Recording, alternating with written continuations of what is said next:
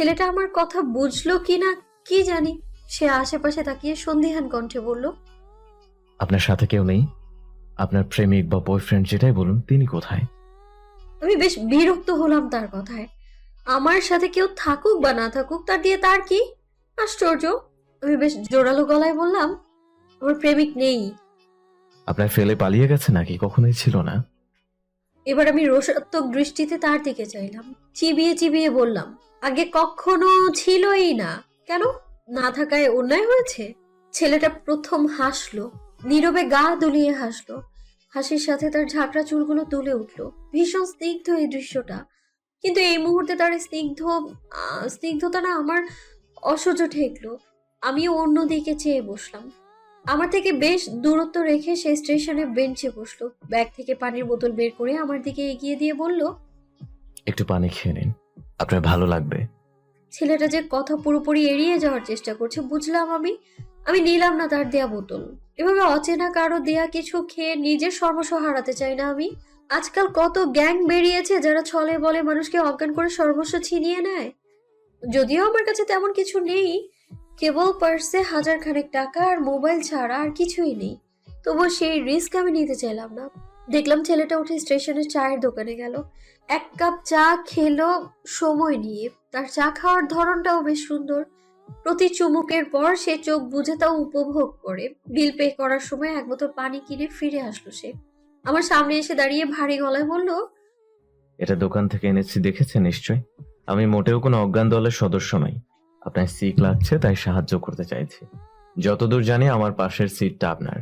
গাড়ি চলতে শুরু করার পর অসুস্থ হয়ে পড়লে আমার যাত্রাপথটা আপনার সেবা করতে করতে কেটে যাবে। সেটা চাচ্ছি না বলে এখন আগ বাড়িয়ে সাহায্য করলাম।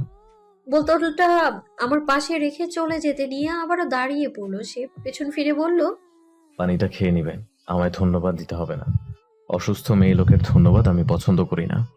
আমি বাকরুদ্ধ হয়ে তাকিয়ে রইলাম। অনুভব করলাম আমার শরীরে হুড়হুড় করে জ্বর বাড়ছে।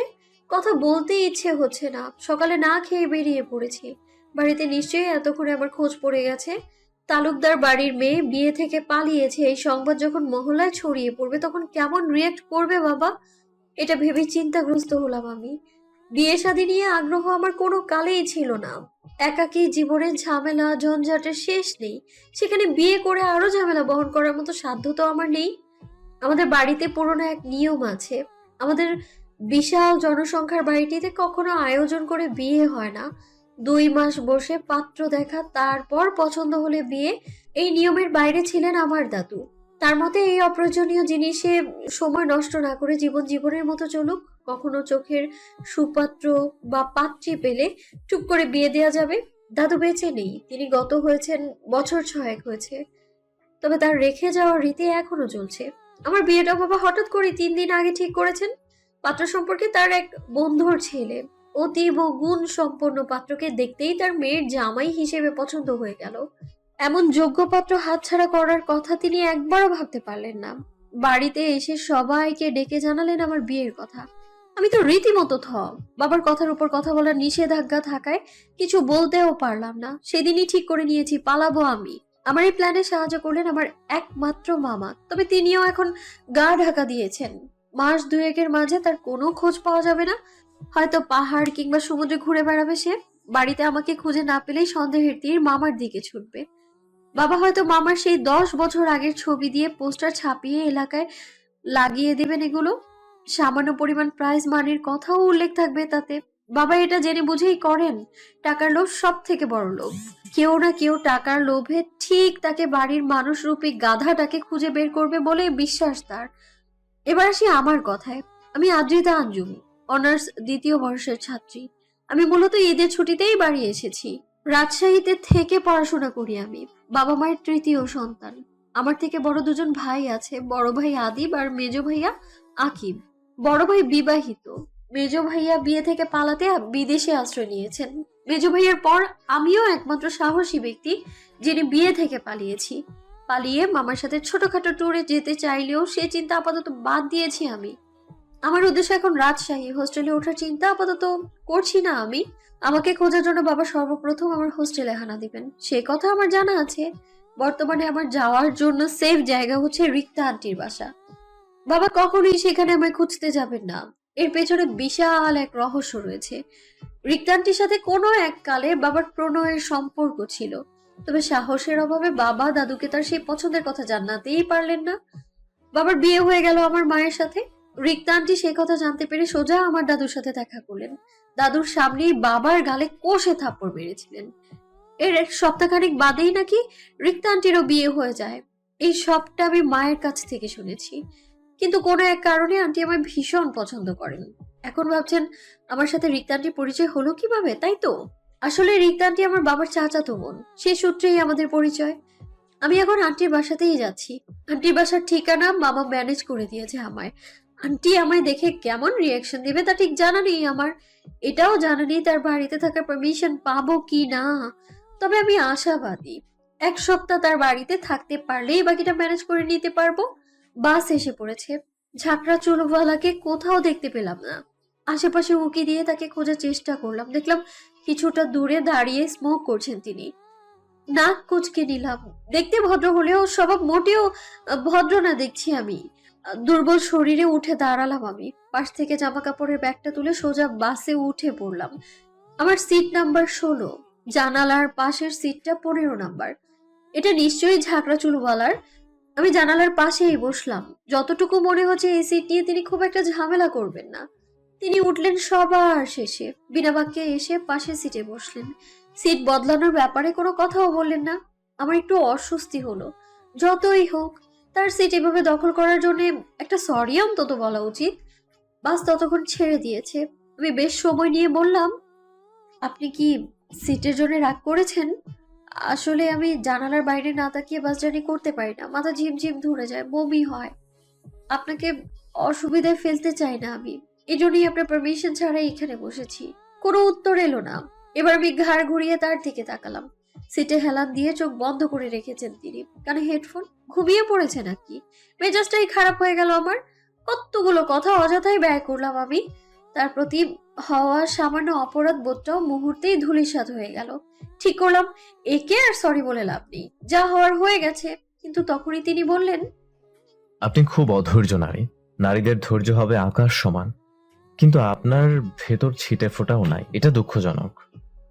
অতীব সত্যি এই এক কথাখানার জবাব আমি দিতে পারলাম না। বাসের জানালা থেকে বাইরে তাকিয়ে রইলাম নিশ্চুপ ভাবে। তিনিও আমাকে আর ঘাটালেন না। একইভাবে চোখ বন্ধ করে বসে রইলেন। আমার ফোনে কল এলো। মামা কল করেছে। কল ধরতেই মামার হাস্যোজ্জ্বল কণ্ঠস্বর কানে এলো। কিরে বাচ্চা, কদ্দূর? আমি ঠোঁট উল্টে জবাব দিলাম, মাত্র 20 মিনিট হলো গাড়ি ছেড়েছে, এখনো বেশ দেরি। তুমি কোথায় আছো? আমার কথা বাদ দে, তোর বাপ কি করেছে জানিস? আমার নামে মামলা করেছে। ভাবতে পারছিস কোন লেভেলের মির্জাফর তোর বাপ? ছোট থেকে কোলে পিঠে করে তোকে মানুষ করলাম আমি, আর তার প্রতিদান এই দিল। আমি অবাক হলাম না। বাবার পক্ষে এটা করা অসম্ভব ব্যাপার নয়। মামাকে সে আগেই বলে রেখেছিল, মামা যদি আর কোনো ঝামেলা বয়ে আনে তার ঘাড়ে, তাহলে সে মামাকে হাজতে পাঠাবে। আমি ছোট করে শ্বাস ফেলে বললাম, তুমি জানলে কিভাবে এত সব? তোর পালানোর পেছনে আমার কোনো হাত নেই, এটা প্রমাণ করতে আমি নিজে তোর বাপকে কল করেছিলাম। তোর নতুন সিমের নাম্বারটাও তাকে দিয়েছি। তুই রাজশাহীতে যাচ্ছিস এ কথাও সে জানে। মুখ ফসকে বাসের নাম্বারটাও বলে দিয়েছি। কেবল কার বাড়িতে যাচ্ছিস সে কথা বলিনি, কিন্তু বেটা তার আগে আমার বিরুদ্ধে মামলা করে ফেলেছে। আমার এত কষ্ট সব জলে। আমি আঁতকে উঠলাম। চাপার রাগে ছলকে উঠলো মস্তিষ্ক। মামাকে বললাম, কি করেছো তুমি, বুঝতে পারছো? অবশ্যই বুঝতে পারছি। তোর বাপের মতো খাটো মস্তিষ্ক না আমার। কথা হচ্ছে, তোর বাপ যখন তখন পুলিশ নিয়ে তোর বাস আটকাবে। তোর উচিত এখনই বাস থামিয়ে নেমে যাওয়া, ডিরেক্ট রাজশাহী না যেয়ে ভেঙে ভেঙে যাওয়া। তোর বাপের পক্ষে ওভাবে তোকে খুঁজে বের করা সম্ভব হবে না। খাটো মাথায় অত বুদ্ধি নেই তার। আমি উদ্ভ্রান্তের মতো বাসের জানালা থেকে উকি দিলাম। পেছন থেকে কেউ আমায় টেনে সিটে বসিয়ে দিল। তাকিয়ে দেখলাম ঝাঁকড়া চুলের অধিকারী মানুষটা কপাল কুঁচকে বিরক্ত চোখে তাকিয়ে আছে। বেশ বিরক্ত গলায় বলল, মরতে চাচ্ছেন? অন্য কোনো ওয়ে তো মরুন। এভাবে মরলে আজ আর আমার বাড়ি ফেরা হবে না। বুঝতেই পারছেন পুলিশের একটা ব্যাপার আছে, কিন্তু আমার বাড়ি ফেরাটা খুব জরুরি। হুমকিদার ব্যাপারটা তোদের রক্তের সাথে মিশে আছে। আমি মামার মশকরা শোনার মুডে নেই এই মুহূর্তে, তাই রেগে বললাম, মশকরা রাখো তো, ভালো বুদ্ধি থাকলে দাও, বিপদে তো ফেলেছই, এখন বের হওয়ার একটা উপায় দাও অন্তত। আমি মোটেই মস্করা করছি না আদ্রি। ভেবে দেখ, তোর একার পক্ষে ভেঙে ভেঙে রাজশাহী যাওয়া কিছুতেই সম্ভব নয়। যতই হোক তুই সাহসী। যেতে রাত হবে, রাতের বেলা একা একটা মেয়ে জার্নি করা মোটেও সহজ কোনো লক্ষণ না। লোকটার কাছে সাহায্য চা। দেখতে সুন্দর হলে প্রেমেও পড়তে পারিস, কোনো বাধা নেই। মামার পুরোপুরি কথা না মানতে চাইলেও বুঝলাম এটা সত্যি আমার জন্য রাতে একা জার্নি করাটা সুবিধার হবে না। কিন্তু পাশের মানুষটা কি আদৌ হেল্প করবে? এই মুহূর্তে বাস থেকে নেমে না গেলে বাবার হাতে ধরা খাওয়ার সম্ভাবনা প্রায় 70 ভাগ। বাকি 30 ভাগ সম্ভাবনা রয়েছে পুলিশের হাতে থানায় যাওয়ার। বাবা হয়তো আমার নামেও ইতিমধ্যে মামলা ঠুকে দিয়েছেন, মানহানির মামলা। আমি তপ্ত শ্বাস ফেলে পাশের মানুষটার দিকে তাকালাম। তিনি বুকে হাত বেঁধে সিটে চোখ বন্ধ করে এলিয়ে রেখেছেন। সূর্যের নরম আলো এসে তার মুখে পড়ছে, তাতে বিন্দু মাত্র বিরক্তি নেই তার চোখে মুখে। আমি পাহাড় সমান সংকোচ নিয়ে তাকে ডাকলাম, এই যে শুনছেন? তিনি শুনলেন না। আমি একটু আড়ষ্ট হয়ে বসলাম, আঙুল দিয়ে তার হাতে মৃদু টোকা দিলাম, মুখে বললাম, এই যে একটু দরকার। তিনি ধীরে সুস্থে চোখ মেলে তাকালেন, আমার দিকে পূর্ণ দৃষ্টি ফেলে বললেন, বলে ফেলুন, শুনছি। কেমন কাট কাট জবাব। আমি খানিক দ্বিধায় পড়লাম। অপরিচিত মানুষটাকে এতখানি ভরসা করা কি উচিত হবে? কিন্তু সামনে আসন্ন বিপদের কথা চিন্তা হতে দ্বিতীয়বার না ভেবে বলে ফেললাম, আমায় পালাতে হেল্প করুন প্লিজ। যখন তখন আমার বাবা পুলিশ সহিত এসে বাস থামিয়ে নিবে। তিনি ভ্রু কুঁচকে বললেন, আমি কি করতে পারি? সাহায্য, আমার সাথে চলুন। কিছু মুহূর্ত পূর্বে আপনি আমার দেয়া পানি খেতেও ভয় পাচ্ছিলেন, যতদূর মনে পড়ে। হঠাৎ এই মন পরিবর্তনের কারণ? আমি কিন্তু খারাপ হতেই পারি। আমি জবাব দিতে পারলাম না। আমি তো কেবল তাকে এখনো পুরোপুরি বিশ্বাস করে উঠতে পারছি না। কেবল সাহায্য চাওয়ার মতো মানুষ আশেপাশে নেই, তাই বাধ্য হয়ে তার সাহায্য নিচ্ছি। এই কথা তাকে বলা যাবে না তো। ততক্ষণে সে সিট ছেড়ে উঠে দাঁড়িয়েছে। বাসের হেল্পারকে ডেকে বললেন, মামা, বাস সাইড করো, এমার্জেন্সি, আমাদের এখনই নামতে হবে। পরক্ষণে আমার দিকে তাকিয়ে বলল, বসে আছেন কেন? চলে আসুন। সুন্দরী মেয়েদের আবদার প্রত্যাখ্যান করতে পারি না আমি। বাস সাইড করা হলো। হেল্পার লোকটা অল্প বয়সী। সে এগিয়ে এসে বলল, কেউ মারা গেছে ভাই? আমি তাকালাম আমার প্রতিবেশী সিটের ঝাঁকড়া চুলওয়ালার দিকে। সে বেশ স্বাভাবিকভাবেই বললেন, তার থেকেও ভয়ঙ্কর কিছু। হুম, ধন্যবাদ আপনাকে। আমরা নেমে পড়লাম বাস থেকে। দুরু দুরু মন নিয়ে ছোট ছোট পায়ে এগিয়ে চললাম তার পিছু পিছু। আমার ফোনে আবারও কল এলো মামার থেকে। রিসিভ করতেই তিনি বলে উঠলেন, সর্বনাশ হয়েছে, তোর বাপ 12 জন পুলিশ সমেত পরবর্তী স্টপে অপেক্ষা করছেন। কি স্বৈরাচারী বাপ তোর! কোথায় আছিস? আমি ক্লান্ত গলায় জবাব দিলাম, কোথায় আছি ঠিক বলতে পারছি না, বাস থেকে নেমেছি। পাশের যে খারুজ ব্যক্তি সে কোথায়? তাকে নিয়ে নেমেছিস? হুম। Good job. ফোনটা তার কাছে দে তো, বেটাকে একটু খাটিয়ে দেখি। আমি কোনো কথা ছাড়াই তার দিকে ফোনটা এগিয়ে দিলাম। তিনি ভ্রু উঁচিয়ে তাকালো। বললাম, মামা কথা বলবে। তিনি আমার হাত থেকে ফোনটা নিয়ে সুন্দর করে সালাম দিলেন। মামার সাথে তার অনেকক্ষণ কথা হলো। আমি পুরোটা সময় চুপচাপ দাঁড়িয়েছিলাম। কল কাটতেই তিনি বলে উঠলেন, আপনার মামা বেশ মজার মানুষ। আপনাকে নিয়ে ভদ্রলোক প্রচন্ড চিন্তায় ভুগছেন। আমি তার এই কথার জবাব দেওয়ার প্রয়োজন মনে করলাম না। তাকে উল্টো প্রশ্ন করলাম, আমরা কোথায় যাব এখন? কোনো নাস্তার হোটেলে। আপনি সকাল থেকে না খেয়ে আছেন নাকি? আজ অনেক জার্নি হবে, না খেয়ে জার্নি করাটা ঠিক হবে না, অসুস্থ হয়ে পড়বেন। আমরা পাশের এক নাস্তার হোটেলে গেলাম। পরোটা শেষ হয়ে গেছে। ডিম সিদ্ধ আর সিঙ্গারা অর্ডার করা হলো। খাবার আসতে 2 মিনিট দেরি হবে। সিঙ্গারা ভাজার জন্য কেবল তেলে দেওয়া হয়েছে। আমি সেই দিকেই তাকিয়ে আছি। ঘ্রাণে ক্ষুধা আরো বেড়ে গেছে। তিনি বললেন, আপনি বেশ অদ্ভুত। আমার সাথে এতটা পথ যাওয়ার প্ল্যান করেছেন, কিন্তু এখন পর্যন্ত আমার পরিচয় দূরে নামটাও জানতে চাইলেন না। আপনি কি একটু ভয় পাচ্ছেন না? আমি স্বভাবতই খুবই সন্দেহপ্রবণ। টুক করে কাউকে পছন্দ করে ফেলার মতো না আমি। কাউকে পুরোপুরি ভাবে বিশ্বাস করতে লম্বা সময়ের প্রয়োজন হয় আমার। সেখানে সকালে দেখা হয়ে যাওয়া একটা ছেলেকে বিশ্বাস করার তো প্রশ্নই আসে না। তবে তাকে খুব একটা অবিশ্বাস্য করতে চাচ্ছি না। এতটুকু সময় তাতে যতটুকু বুঝেছি, সে বেশ প্রাণোচ্ছল স্বভাবের একজন মানুষ। মানুষের সাথে মিশে যেতে পারে মুহূর্তের মধ্যেই। এই ধরনের মানুষরা বিপদে জড়িয়ে পড়ে বেশি, কারণ তারা সহজেই সবাইকে বিশ্বাস করে নেয়। আমিও তো তার কাছে অজানা, তবু কেন সে হেল্প করতে চাইলো? কারণ সে বোকা, ভীষণ বোকা। এমনও হতে পারতো আমি তাকে অপহরণ করে মোটা অঙ্কের টাকা দাবি করলাম। তপ্ত শ্বাস ফেললাম আমি। তার দিকে সোজা চোখে তাকিয়ে বললাম, আমি আপনাকে বিশ্বাস করিনি, আমি কেবল আপনার উপর ভরসা রেখেছি। আপনি আমার ভরসা রাখতে না পারলে তা আমাকে কোনোভাবে ক্ষতি করতে পারবেন না। তিনি হাসলেন, নিঃশব্দে গা কাঁপিয়ে হাসি। আমি অপলক তাকিয়ে রইলাম। কি ভীষণ সুন্দর লাগছে। কোনো সিনেমার নায়ক কিংবা রাজকুমারের মতো সৌন্দর্য নেই তার, কিন্তু তবুও অপরূপ, যেন কোনো উপন্যাসের পাতা থেকে উঠে আসা শুদ্ধ মানব। আমার সত্যি তার নাম জানতে ইচ্ছে হলো। এই অদ্ভুত সুন্দর মানুষটার নামটাও নিশ্চয়ই অদ্ভুত হবে। খাবার চলে এসেছে। আমি পরোটা ছিঁড়ে মুখে না দিয়ে তার দিকে তাকালাম, জিভ দিয়ে ঠোঁট ভিজিয়ে নিয়ে বললাম, আপনার নাম? তিনি মাথা উঁচু করে ভ্রু বাঁকালেন। আমি নড়ে চড়ে পুনরায় বললাম, আপনার নাম জানতে চাচ্ছি। ভেবেছিলাম এই বিষয়ে সে মজা উড়াবে, হয়তো আবারও গা দুলিয়ে হাসবে, কিন্তু তেমন কিছুই না করে ফের স্বাভাবিকভাবেই জবাব দিলেন সে। স্বচ্ছ। আমি হেসে বললাম, ইউ মিন পরিষ্কার? এটাই আপনার নাম? তিনি মুচকি হাসলেন। খাবার চিবোতে চিবোতে বললেন, কেন? আপনার আমার নামটা পছন্দ হয়নি? পছন্দ না হলে আপনি একটা নাম দিতে পারেন। পছন্দ কেন হবে না? নামটা একদম আপনিটাই। বরং আপনার নাম এটা না হয়ে অন্য কিছু হলেই বেমানান লাগতো। তিনি পুনরায় হাসলেন, তবে জবাব দিলেন না। খাওয়া দাওয়া শেষে আমরা অটোয় চেপে রেল স্টেশনে চলে গেলাম। জীবনের প্রথম রেল যাত্রা হতে চলেছে আমার। আইডিয়াটা স্বচ্ছর। রেল মাঝ রাস্তায় থামিয়ে দেওয়ার ক্ষমতা আমার বাবার নেই, তাই এটা আপাতত সেফ বলা চলে। স্বচ্ছ পুরো একটা কেবিন বুক করতে চাইলেন, কিন্তু আমি বাধা দিলাম। অপরিচিত একটা ছেলের সাথে কেবিনে একা যাওয়াটা আপাতত দৃষ্টিতে খারাপ বলেই মনে হলো আমার। নর্মাল দুটো টিকিট কাটা হলো। রাজশাহীতে পৌঁছতে প্রায় 6 ঘন্টার মতো লাগবে। দীর্ঘ জার্নি। ছোটবেলায় ট্রেন কবিতায় পড়েছিলাম, ট্রেন ঝকঝকাঝক শব্দে চলে। আজ তার নিজ থেকে উপলব্ধি করলাম, কি ভীষণ শব্দ, মাথা ধরে আসে। তবুও ভালো লাগছে। ট্রেনের জানালা থেকে পুরো আকাশটা দেখা যাচ্ছে। নীলচে আকাশে গাংচিল উড়ে বেড়াচ্ছে। কিছু ছেলে মেয়ে আকাশের বুকে ঘুরিয়ে ওড়ানোর চেষ্টা করছে। পর্যাপ্ত বাতাস না থাকায় তা উপরে উঠছে না। রেল লাইনের পাশ ঘেঁষে বিশাল মাঠ। ছেলেরা ক্রিকেট খেলছে, বাচ্চাগুলোর পরনের জামা ধুলো মাটিতে একাকার। এমন জীবন আমি কখনো উপলব্ধি করতে পারিনি। ছোট থেকে বেড়ে ওঠা 4 দেয়ালের মাঝে নানা নিয়ম কানুনে ঘেরা এক পরিবেশ। রোজ বিকেলে ছাদে ওঠার সুযোগ হতো, নিজেকে তখন মুক্ত পাখির ন্যায় মনে হতো। তখন থেকেই আকাশটা ভীষণ প্রিয় হয়ে উঠেছে আমার। অপেক্ষা করলো না, সিট থেকে বের হয়ে চা আনতে চলে গেল। আমি সেই দিকে তাকিয়ে মুচকি হাসলাম। না চাইতেও মানুষটাকে বেশ ভালো লেগে যাচ্ছে।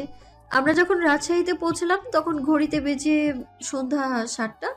দীর্ঘ এই জার্নিতে কোমর যেন বেঁকে গিয়েছে আমার। সোজা হয়ে দাঁড়াতে বেগ পেতে হলো। স্বচ্ছ আমাকে এগিয়ে দিতে চাইলো, কিন্তু আমি মানা করে দিলাম। একটা মানুষের থেকে আর কত হেল্প নেওয়া যায়? বরং তার থেকে সাহায্য নিতে বরং বেশ লজ্জা লাগবে আমার। এর মাঝে স্বচ্ছর বাড়ি থেকে কল এলো। তার তো বাড়িতে দুপুরের দিকে পৌঁছে যাওয়ার কথা। আমার জন্যই এতটা দেরি হয়ে গেল। পরিবারের লোকেরা নিশ্চয়ই চিন্তা করছে। আমার মন খারাপ হয়ে এলো। দেখলাম সে কপালে ভাঁজ ফেলে ফোনে কথা বলছে। সিরিয়াস কিছু কি? স্বচ্ছ কথা শেষ করে বেশ স্বাভাবিকভাবেই জানালো, আমাকে এখন যেতে হবে মিস, দুঃখিত। আপনার হয়তো বাকিটা একাকেই ম্যানেজ করতে হবে। সাবধানে থাকবেন। আমার হয়তো মন খারাপ হলো সামান্য, কিন্তু তাতে পাত্তা দিলাম না। হেসে বললাম, আপনাকে ধন্যবাদ। বাকিটা আমি একাই যেতে পারবো, আপনি যেতে পারেন। স্বচ্ছ চলে গেল। আমি ঠায় দাঁড়িয়ে রইলাম। আন্টির বাসা তো আমি চিনি না। রাজশাহীতে আমি পড়াশোনার জন্য থাকলেও হল থেকে বেরিয়ে কখনো কোথাও ঘুরতে যাওয়া হয়নি আমার। কাজেই এই শহরে কিছুই আমার চেনা না। আমি আরো কিছুক্ষণ দাঁড়িয়ে রইলাম। খানিক ভাবনা চিন্তা করে অটো ঠিক করলাম। মামা আমাকে যে ঠিকানাটা দিয়েছিল সেটা মনে পড়তেই নিজেকে হালকা লাগলো। রক্ষণশীল পরিবারের মেয়ে হওয়ায় একা একা যাতায়াত করার সৌভাগ্য হয়নি কখনো আমার। আজ এতটা পথ পরিবারকে না জানিয়ে এসে এখন খানিকটা ভীতি অনুভব করলাম। একা চলাটা কতটা কঠিন আমার জন্য ভাবতেই বুক শুকিয়ে আসছে আমার। অটো ভাড়া নিল 200 টাকা। এতটুকু পথে এতটা ভাড়া! যে বিল্ডিং এর সামনে অটো থেমেছে তা মূলত 5 তলা বিশিষ্ট। এর 3য় তলায় আন্টি থাকেন, এমনটাই জানিয়েছে মামা। মামার সংবাদ কখনো ভুল হয় না। সত্যিই ভুল হলো না। আন্টি আমায় দেখে ভীষণ অবাক হয়েছেন, সাথে খুশিও হয়েছেন। আমার 1 সপ্তাহ থাকার জায়গা বেড়ে 1 মাসে ঠেকলো। মাঝে মামা কল করেছিল 2 বার, জানিয়েছে বাবা তার উপর থেকে মামলা তুলে নিয়েছে। সেই খুশিতে সে সামনের সপ্তাহে শ্রীমঙ্গল যাচ্ছে। মামা অল্প কিছু টাকাও পাঠিয়েছে আমার হাত খরচের জন্য। এই 1 সপ্তাহ আমি পুরো ঘরে বসেই কাটালাম। আন্টি আমায় এখনো পর্যন্ত এভাবে তার বাসাতে আসার কারণটা জিজ্ঞেস করেননি, বরং আমি আশায় যেন তার উপকারই হয়েছে, সে প্রাণ খুলে গল্প করতে পারে। তার হাতের নতুন নতুন রেসিপি খাইয়ে তার ফিডব্যাক নিতে পারে। আমার সময়ও বেশ ভালোই চলছে এভাবে। এর মাঝে স্বচ্ছ নামক মানুষটাকে ভুলে বসলাম আমি। ভুলে বসলাম তার ঝাঁকড়া চুলের সৌন্দর্যের কথা। চশমার আড়ালে থাকা তীক্ষ্ণ এক জোড়া চোখকে ভুলে বসলাম আমি। এতটা স্বার্থপর আমি। তার সাথে আমার দেখা হলো এক বিকেলে অনাকাঙ্ক্ষিত ভাবে। আন্টি সেদিন অনেক কাপড় কেচেছেন। কাপড় শুকোতে দেওয়া হয়েছে ছাদে। আন্টির হাঁটুতে সমস্যা রয়েছে, খুব বেশি সিঁড়ি বেয়ে উপরে ওঠানামা করতে পারেন না তিনি। তখন বিকেল পড়েছে, সোনালি সূর্য ডুবে নরম আলো ছড়িয়ে পড়েছে। আন্টি আমায় বললেন ছাদ থেকে কাপড়গুলো এনে দেওয়ার জন্য। এর পূর্বে আমি কখনোই আন্টিদের ছাদে যাইনি, বাসা থেকে বেরই হয়নি বললে চলে। ছাদটা বেশ সুন্দর আর পরিপাটি, বিভিন্ন ফুল গাছ দিয়ে সাজানো। অর্কিড জাতীয় ফুল সংখ্যা বেশি। যে ব্যক্তির গাছ তিনি বেশ রুচিশীল হবেন। আমি ছাদে দাঁড়িয়ে রইলাম অনেকক্ষণ। সন্ধ্যা ঘনিয়ে আসা পর্যন্ত অপেক্ষা করলাম। যখন দিনের আলো মিলিয়ে যেতে শুরু করলো, তখন কাপড় নিয়ে নিচে নামতে যেয়ে আবিষ্কার করলাম স্বচ্ছকে, সেই ঝাঁকড়া চুল আর তীক্ষ্ণ এক জোড়া চোখ। আমি স্তব্ধ হলাম, থমকে যাওয়া দৃষ্টিতে তাকালাম, দেখলাম তাকে। এটা ভ্রম নয়, এটা সত্যি। প্রেমে পড়া বারণ, এই উক্তিটি সেই ছোট থেকে শুনে আসছি। আমার বংশের কেউ আজ অব্দি প্রেম নামক শব্দের সাথে পরিচিত হতে পারেনি। প্রেম ধ্বংস বয়ে আনে, এমনটাই বলা হয়েছে আমাদের। ঠিক বুঝতে শেখার পর থেকেই আমাদের এই বিষয়ে শিক্ষা প্রদান করা হয়েছে। আমরা ভাই বোনেরা আজ অব্দি সে কথা মাথায় রেখেই চলেছি। ভুলবশত কখনো কারোর প্রতি আকৃষ্ট হতে দেইনি নিজেদেরকে। এত বছরের সাধনা কি তবে বৃথা হতে গেল? বাদামি বর্ণের এই অগোছালো মানুষটাই তবে দৃষ্টি কেন থমকালো? কেন বুকের ভেতরটা তাকে দেখতে আনন্দজাল বুনতে লাগলো? এর উত্তর নেই আমার কাছে। এই অনুভূতি পুরোটাই নতুন, একটু অদ্ভুত, একটু মিষ্টি। মাথার উপরের আকাশটা ক্রমশ মলিন হতে লাগলো। ঝাঁকে ঝাঁকে পাখি উড়ে যাচ্ছে। বাড়ি ফেরার তাড়া খুব, তবে আমার মাঝে তেমন কোনো তাড়া নেই। আমি বেশ দাঁড়িয়ে আছি একই স্থানে। এতক্ষণ স্বচ্ছ ছাদের গেটের পাশের দেয়ালে হেলান দিয়ে দাঁড়িয়েছিল। এখন সে সোজা হয়ে হেঁটে আমার সামনে দাঁড়ালো। মুচকি হেসে বলল, পৃথিবী এতটা ছোট তা তো আশা করিনি। আবারও দেখা হয়ে গেল। আমি আমার বিস্ময় ভাব ধরে রাখতে পারলাম না, তাকে প্রশ্ন করে বসলাম, আপনি এখানে কিভাবে? যতদূর জানি এই বাড়িটা আমার বাবার। আমি যেহেতু নিজের বাড়ি এখনো তৈরি করতে পারিনি, তাই এখানে আশ্রয় নিয়েছি। আপনার ব্যাপার কি এখানে কেন?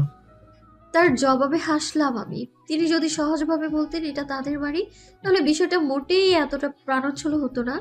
আমিও আশ্রয় নিয়েছি তৃতীয় তলায়, ডান পাশের ফ্ল্যাটে। স্বভাবসুলভ হাসলো স্বচ্ছ। সন্ধ্যার মৃদু আলোতেও আমি লক্ষ্য করলাম তার সেই গা কাঁপানো হাসি। আমি অভিভূত হলাম। পলক না ফেলেই অস্ফুট স্বরে বলে উঠলাম, আপনার হাসি সুন্দর, ভীষণ সুন্দর। আপনার নামের মতোই স্বচ্ছ। স্বচ্ছ চমকালো না। তার হাসির প্রশংসা করায় খুব একটা খুশি হলো তেমনটাও না। স্বচ্ছ কপাল কুঁচকে বলল, তাই নাকি? আমার মনে হতো আমি হয়তো রাক্ষসপুরী রাক্ষসদের মতো হাসি, ভয়ঙ্কর হাসি। ছোট বাচ্চাদের সামনে আমি হেসে ফেললে তারা চিৎকার করে কাঁদতেই শুরু করে। আমার এই ভয়ঙ্কর হাসিতে সৌন্দর্য খুঁজে বের করা মেয়েটার চোখ জোড়া নিশ্চয়ই ভীষণ সুন্দর। আপনার চোখ জোড়া একটু কাছ থেকে দেখতে পারি? আপনার সুন্দর চোখ জোড়া দেখার লোভ খুব ইচ্ছে হচ্ছে। স্বচ্ছ হঠাৎ করেই আমার খুব নিকটে এসে দাঁড়ালো। আমি চমকে গিয়ে পেছনে গেলাম এক পা। হাত থেকে দু চারটা কাপড় পরেও গেল। লক্ষ্য করলাম চশমার আড়ালে থাকা চোখ দুটো কুঁচকে এসেছে। স্বচ্ছ নিভু গলায় বলল, পেছালেন কেন? অন্ধকারে দেখা যায় না। সে আবারও এক পা এগোলে আমি পুনরায় পেছাতে গেলে সে বলে ওঠে, নড়বেন না, 1 মিনিট সময় দিন। আমি সত্যিই নড়লাম না, ঠায় দাঁড়িয়ে রইলাম। 1 মিনিট পার হলেও নড়বার বিন্দু মাত্র শক্তি পেলাম না আমার মাঝে। স্বচ্ছ নিজেই সরে দাঁড়ালো। নিচ থেকে কাপড়গুলো তুলে আমার হাতে দিয়ে বিনা বাক্য ব্যয়ে ছাদ থেকে নেমে গেল সে। আমি তখনও ঘোরের মাঝে, শরীরে তীব্র কাঁপুনি অনুভব করলাম। আমার হাত পা কাঁপছে। স্বচ্ছ উইদাউট নোটিসে এভাবে কাছে আসাটা আমার মনে প্রভাব ফেলল খুব। 2 দিন ঘুম হলো না আমার। আমার জীবন কেমন করে যেন স্বচ্ছতে তলিয়ে গেল। উঠতে বসতে খেতে কেবল স্বচ্ছকে নিয়েই ভাবতে বসে গেলাম আমি। বিষয়টা এখানেই থামলো না। স্বচ্ছর প্রতি আমার অনুভূতি বাড়াবাড়ি পর্যায়ে চলে গেল। আজকাল হঠাৎ তাকে দেখতে মন চায়। দিনের অধিকাংশ সময়ই আমার কাটতে লাগলো বারান্দায় দাঁড়িয়ে। এই বুঝি স্বচ্ছ গেট থেকে ঢুকলো, কিন্তু তার তো দেখা নেই। সেদিনের পর থেকে যেন উধাও হয়ে গেছে সে। আমার ভারী দুঃখ হলো। আমি যার জন্য এতটা উতলা হলাম, সে কি আমার কথা একবারও ভাবে না? রোজ বিকেলে নিয়ম করে ছাদে যাওয়া হয় এখন, সেখানেও স্বচ্ছকে পাওয়া গেল না। স্বচ্ছহীন জীবন এভাবে 1 সপ্তাহ কেটে গেল আমার। একদিন হুট করেই বাবার নাম্বার থেকে কল আসলো। মামা এই নাম্বারটা অনেক আগেই বাবাকে দিয়েছে। এতদিন বাদে আজ কেন কল করলেন? আমার সন্দিহান মন চাপ অনুভব করলো। নিশ্চয়ই কিছু ঘটেছে, হয়তো খুব খারাপ কিছু। আমি কিছুটা আতঙ্ক নিয়েই কলটা রিসিভ করলাম। হ্যালো বয়স থেকে বাবা গম্ভীর গলায় বললেন, আর কতদিন বেরোবে? বাড়িতে ফিরছো না কেন? 2-1 দিনের মাঝেই চলে আসো। শুনেছি কিছুদিন বাদে নাকি পরীক্ষা তোমার। না পড়লে খাতায় কি লিখবে? আমার এই বংশের অন্য ছেলে মেয়ে ফেল করেনি কখনো। তুমি কি সে রেকর্ডটা ব্রেক করতে চাচ্ছ? বাবার কথার উত্তর দেওয়ার আগেই মা বাবার থেকে ফোনটা ছিনিয়ে নিলেন। ফোন ধরে তিনি প্রায় কেঁদেই ফেললেন। এমন কেন করলি মনা? তুই বিয়ে করবি না এই কথা আমায় একবার বলতি। মা কি মরে গেছি? আমি বেঁচে থাকতে তোকে কেন এভাবে পালিয়ে থাকতে হবে শুনি? এত নিষ্ঠুর ভাবিস তুই আমায়? আমার চোখ পানিতে ভরে উঠেছে। অপরাধ বোধে মনটা হু হু করে কেঁদে উঠছে। সত্যি তো, আমি তাদের কাউকেই আমার মতামত জানাইনি। একবার অন্তত আমার জানানো উচিত ছিল। মা এখনো কাঁদছেন। আমি জবাব দেওয়ার মতো কিচ্ছু পাচ্ছি না। নিজেকে পৃথিবীর নিষ্ঠুরতম মানুষ বলে মনে হচ্ছে আমার। তখনই বড় ভাইয়ার গলা শুনলাম। ভাইয়া পাশ থেকে চিৎকার করে বলছে,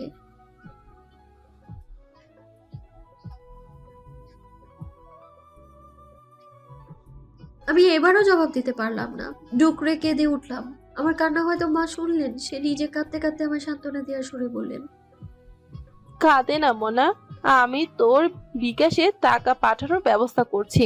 কালই চলে আয় না। তোর জন্য পাবদা মাছ আনিয়েছি। তোর ছোট্ট চাচু বাজার থেকে টাটকা মাছ খুঁজে এনেছে। বাবা মায়ের হাত থেকে ফোনটা নিয়ে নিলেন আর ধমক দিয়ে বললেন, কি শুরু করলে? এমন মরা কান্না শুরু করেছো কেন? আমি এখনো মরিনি। আর হ্যাঁ, তুমি আদ্রিতা, বাড়ি ফেরার জন্য প্রস্তুত হও। এতদিন মানুষের বাসায় থাকাটা ভালো দেখায় না। এখন রাখছি।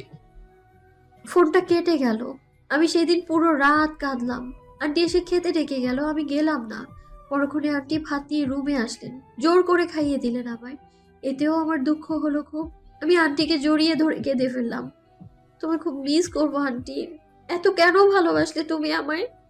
এখন তোমায় ছাড়া যেতেও আমার কষ্ট হবে খুব। আন্টি হাসলেন। যত্ন করে তার শাড়ির আঁচলে মুখটা মুছে দিলেন, চোখ মুছে দিলেন আমার। কাঁদে না পাগল মেয়ে, তোমার লেখাপড়া তো এখানে, যখন ইচ্ছা তখনই চাইলেই চলে আসবে। আমার কান্না থামলো। সত্যিই তো তাই। পরদিন সকালে আমার যাওয়া হলো না। আন্টি যেতে দিলেন না। সেদিন আন্টির বিবাহ বার্ষিকী ছিল। আন্টি ভালো মন্দ রান্না করলেন। সব ফ্ল্যাটে খাবার দেওয়া হলো। বাড়িওয়ালার বাড়িতে খাবার পাঠাতে দেওয়া হলো আমাকে। আমি সাথে সাথেই রাজি হয়ে গেলাম। বাড়িওয়ালার ফ্ল্যাট দ্বিতীয় তলায়। দ্বিতীয় তলায় একটাই ফ্ল্যাট, পুরো ফ্লোরটাই তাদের। কাঠের বিশাল দুপাটের দরজা। আমি বেল দিলাম। আগ্রহ ভরা দৃষ্টিতে চেয়ে রইলাম দরজার দিকে। তখনই দরজাটা খুলে উকে দিল কাঙ্ক্ষিত পুরুষটি।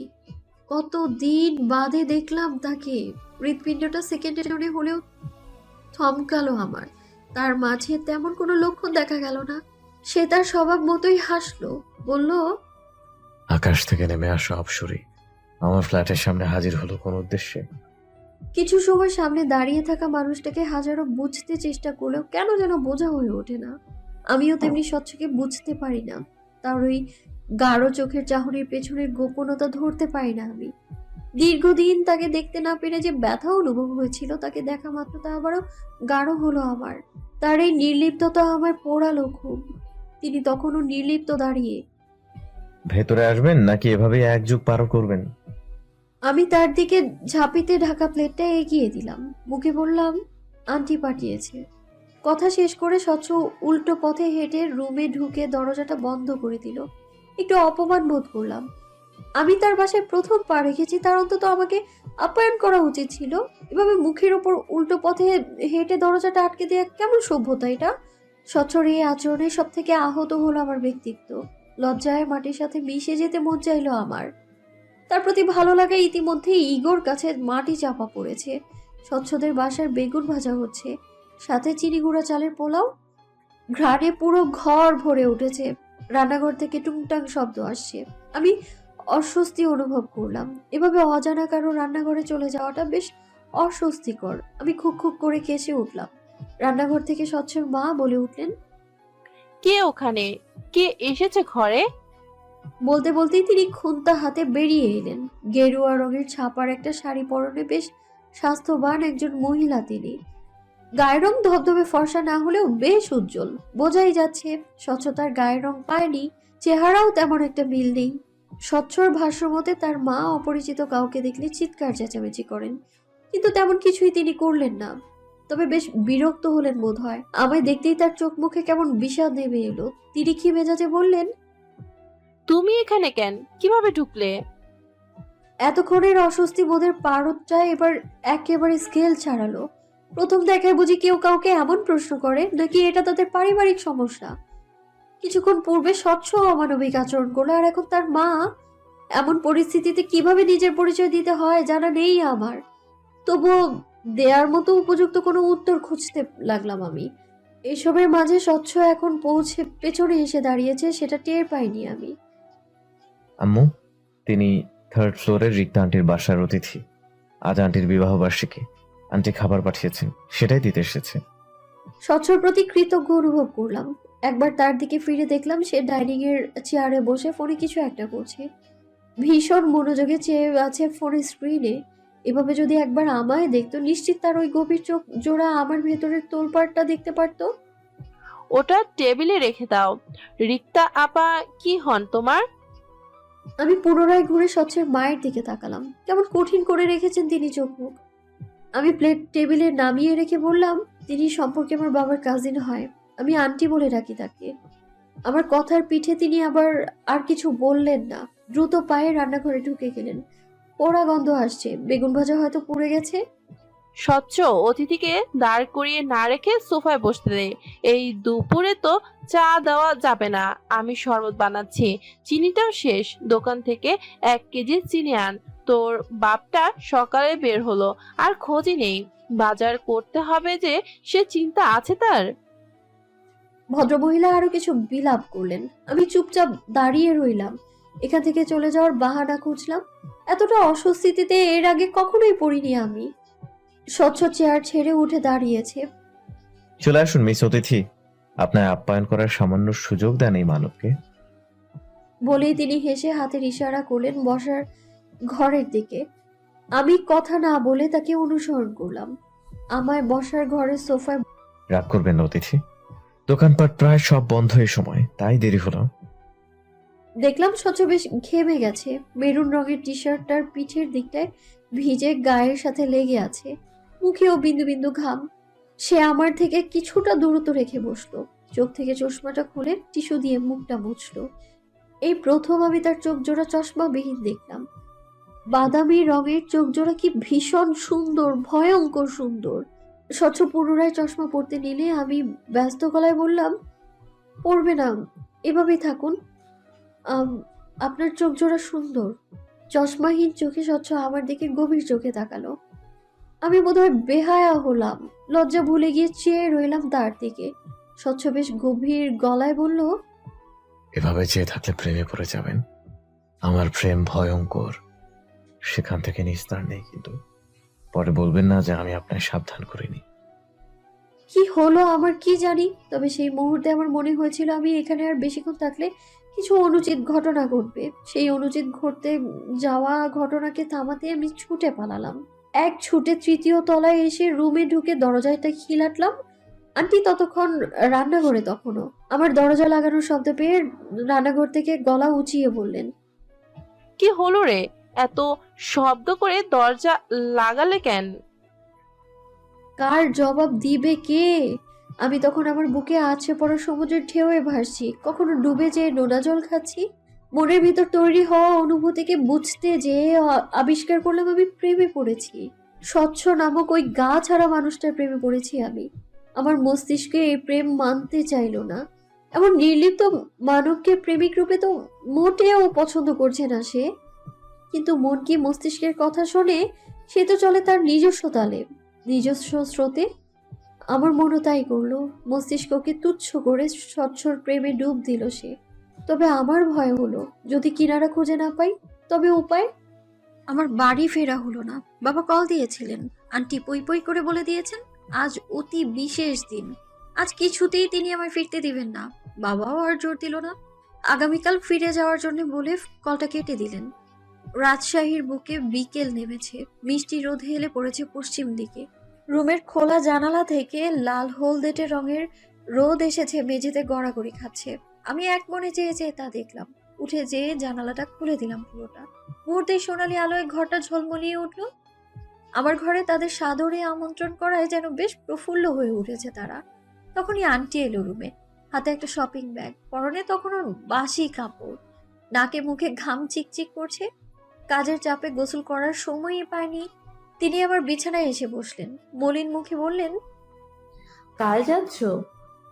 আমি মুচকি হেসে বললাম, এছাড়া উপায় নেই তো, বাবাকে তো চেনো। এরপর নয়তো বাড়ির দরজা চিরতরে আমার জন্য বন্ধ হয়ে যাবে। তাছাড়া এক্সামও ঘনিয়ে এসেছে, বই খাতা সব বাড়িতে, না গেলে হচ্ছে না বললেই চলে। আন্টি মাথা নাড়লেন, মলিন হেসে বললেন, তুমি কেন যে আমার মেয়ে হলে না? তুমি চলে গেলে রুমটা ফাঁকা হয়ে যাবে, আমি আবারও একা হয়ে যাব। তোমায় যেতে দিতে ইচ্ছে হচ্ছে না, আবার জোর করে রেখে দেওয়ার অধিকারও নেই আমার। আন্টির চোখ ছলছল করছে। আন্টির কোনো সন্তান নেই, আমায় তিনি এই কয়দিন নিজের সন্তানের মতো করে রেখেছেন।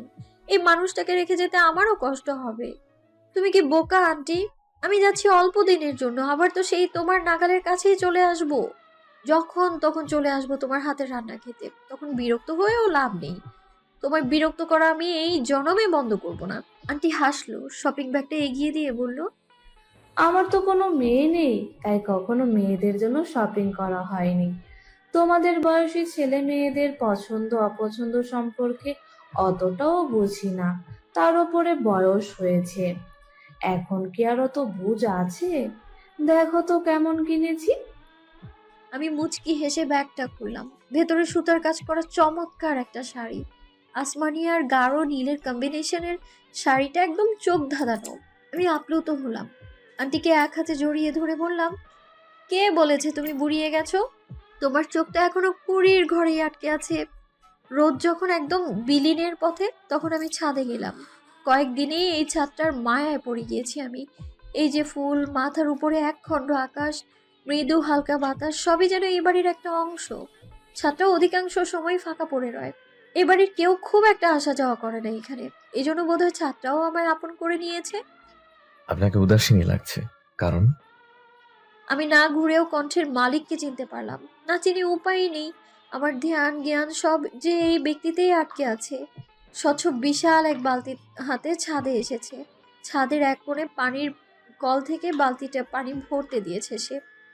গাছগুলো আপনার? বলতে পারেন, তবে আমি খুব একটা যত্ন নেই না। পানি দেয়া, যত্ন নেয়া এসব মায়ের কাজ। নিজের যত্ন নিতেই সময় হয় না, সেখানে গাছের যত্নের কথা ভাবাটা বিলাসিতা। স্বচ্ছ লাল রঙের মগে করে গাছে পানি দিচ্ছে। আমি তাকিয়ে তাকিয়ে দেখছি। স্বচ্ছ আমার দিকে না তাকিয়ে বলল, আপনি আজকাল অনেক বেশি আমায় নজরে রাখছেন অতিথি। আমার এখন কি ভাবা উচিত? আপনি প্রেমে পড়েছেন নাকি ভালোবেসে ফেলেছেন? দুটোর মাঝে পার্থক্য আছে কি? অবশ্যই। প্রেমে যখন তখন পড়া যায়, যে কোনো বয়সে পড়া যায়। আপনি আপনার 60 বছর বয়সেও নির্দ্বিধায় প্রেমে পড়ে যেতে পারবেন। কিন্তু ভালোবাসার সংজ্ঞাটা আলাদা। ভালোবাসাটা হুট করে হয় না, কখনো প্রেমে পড়লেও ভালোবাসা হয়ে ওঠে না। আমি হাসলাম। দুপায়ে এগিয়ে যেয়ে তার কিছুটা পাশে দাঁড়ালাম। মনে হচ্ছে আপনার এই ব্যাপারে যথেষ্ট অভিজ্ঞতা আছে। কখনো কাউকে ভালোবেসেছিলেন নাকি? স্বচ্ছ গাছে পানি দেয়া থামিয়ে সোজা হয়ে দাঁড়ালো। ঝাঁকড়া চুলগুলো হাত দিয়ে নাড়িয়ে বলল, যদি হ্যাঁ বলি আপনি কি কষ্ট পাবেন অতিথি? আমি সোজা চোখে তাকালাম। এই লোক কখনোই সোজাভাবে কিছু বলতে পারে না। ঘুরিয়ে পেঁচিয়ে এটা সর্বদা আমার দিকেই তাক করবে। আমাকে অস্বস্তিতে ফেলাই যেন এর একমাত্র লক্ষ্য। আমিও তার জবাব না দিয়ে উল্টো প্রশ্ন করলাম, আমি কষ্ট পেলে কি আপনি আপনার ভালোবাসার ইতিহাস বদলে ফেলবেন? স্বচ্ছ বিভ্রান্ত হলো না, মুচকি হেসে বলল, আপনার জন্য এটুকু করতেই পারি। কেন করবেন? কারণ আছে নিশ্চয়ই। কিংবা এমনও হতে পারে আপনি আমার মাঝে আটকে গেছেন। লেট মি আস্ক ইউ, প্রেমে পড়েছেন নাকি ভালোবেসে ফেলেছেন? আমি চকচকে চোখে চেয়ে আছি স্বচ্ছের দিকে উত্তরের আশায়। স্বচ্ছর দৃষ্টি শান্ত হয়ে এসেছে, কেমন ঘোর লেগে যাচ্ছে তার চোখের দিকে তাকালে। আমি শক্ত হয়ে দাঁড়ালাম। তার মুখ থেকে হ্যাঁ না দু ধরনের উত্তর শোনার জন্যই নিজেকে প্রস্তুত করলাম। স্বচ্ছ হুট করেই উত্তর দিল না, সময় নিল। চোখ থেকে চশমা খুলে চশমার গ্লাস গেঞ্জিতে মুছলো, পুনরায় তার চোখে দিয়ে আমার দিকে ফিরলো, বলল, আমি কেন চশমা পরে থাকি জানেন? স্পষ্ট দেখতে সমস্যা বলে নয়। সবাই তেমনটাই ভাবে, কিন্তু আমার চোখের দৃষ্টিশক্তি ঠিকঠাক রয়েছে। আমি কেবল নিজেকে লুকাতে এই পথ বেছে নিয়েছি। কেউ চাইলে আমার চোখে তাকিয়ে আমার ভেতর পড়ে ফেলতে পারে না। তবে আমি আপনায় একটা সুযোগ দিতে চাই, নিজে উত্তর খুঁজে নিন। স্বচ্ছ পুনরায় চোখ থেকে চশমাটা খুলে মাথা ঝুঁকলো আমার নিকটে। আমাদের মাঝের দূরত্ব ক্রমশ হ্রাস হয়ে এলো। স্বচ্ছর দেওয়ার সুযোগটা আমি কাজে লাগাতে পারলাম না। তার অনুভূতি বুঝতে যেয়ে আমি নিজের অনুভূতি প্রকাশ করে ফেলার ভয়ে তটস্থ হলাম। দ্রুত দুপা পিছিয়ে গিয়ে বড় বড় শ্বাস ফেললাম। স্বচ্ছ ভ্রু বাঁকালো। কি হলো? আপনার নিজেকে লুকানোর এত পরিশ্রম বৃথা হতে দিতে পারি না। সত্যি কি তাই? আপনি বেশিই ভাবছেন। স্বচ্ছ হাসে। ইতিমধ্যে আকাশে আঁধারে ছেয়ে গেছে, সন্ধ্যার আজান পড়ে গেছে। স্বচ্ছ আমার দিকে না তাকিয়ে বলল, মাথায় কাপড় দেন অতিথি, সন্ধ্যায় খোলা চুলে থাকাটা ভালো না। আমি তার কথা শুনলাম। ওনার এক কোণা তুলে সযত্নে চুল ঢেকে দিলাম। আমাদের মাঝে আর কোনো কথা হলো না। নীরবে কিছু সময় কাটলো।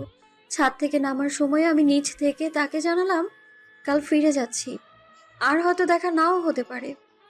স্বচ্ছর প্রতিক্রিয়া তেমন জোরালো দেখালো না। সে ভীষণ স্বাভাবিকভাবেই মাথা দোলালো, মুখে বলল, আচ্ছা, সাবধানে যাবেন।